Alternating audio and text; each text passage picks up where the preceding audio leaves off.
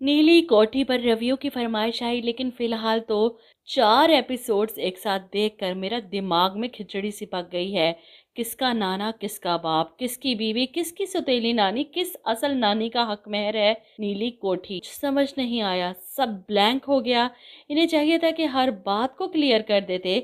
जैद का बाप, जो कि इसका सगा बाप है ही नहीं, इसे अडॉप्ट किया है, वो ज़ारा का नाना है।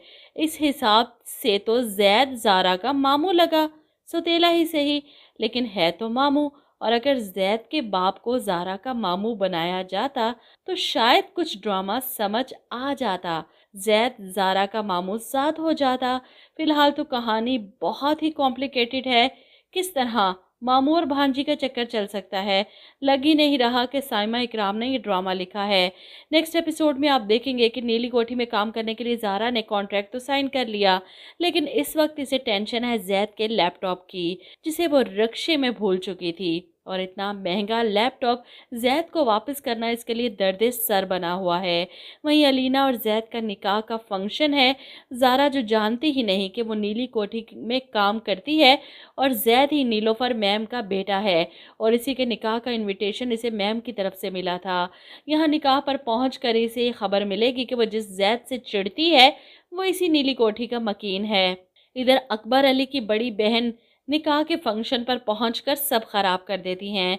वो जानती थी, वो चाहती थी कि जैद की शादी इनकी पोती से हो ताकि नीली कोठी इनके हिस्से में आ जाए, इसलिए तो फंक्शन पर पहुंचकर सब खराब करती हैं और बदमज़गी करती हैं, जैद की हकीकत बताकर कि ये तो इन दोनों का असल बेटा है ही नहीं, अडॉप्टेड है।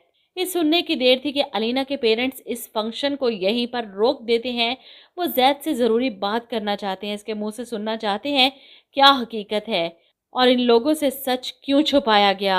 इधर अकबर अली अपनी आपा पर नाराज़ होती हैं, आपको क्या ज़रूरत थी एक नया शोशा छोड़ने की, जिस पर बड़ी बहन भी गुस्सा करती हैं, और तुम्हें क्या ज़रूरत थी इतनी बड़ी बात छुपाने की। अगर यही बात निकाह के बाद इस लड़की को पता चलती तो वो क्या करती।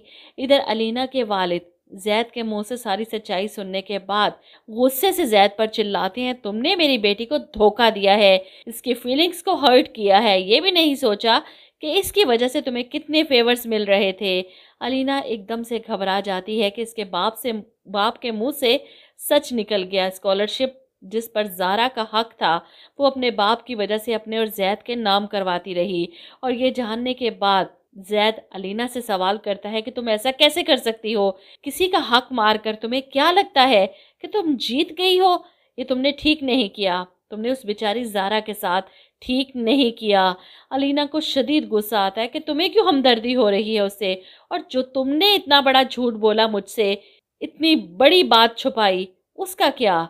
बात इतनी ज़्यादा बढ़ जाती है कि दोनों के बीच में शदीद झगड़ा होता है, और अपने झूठ पर जैद हाथ जोड़कर माफ़ी मांगते हुए इस बात को, इस रिश्ते को यहीं पर ख़त्म करके वहाँ से निकल जाता है।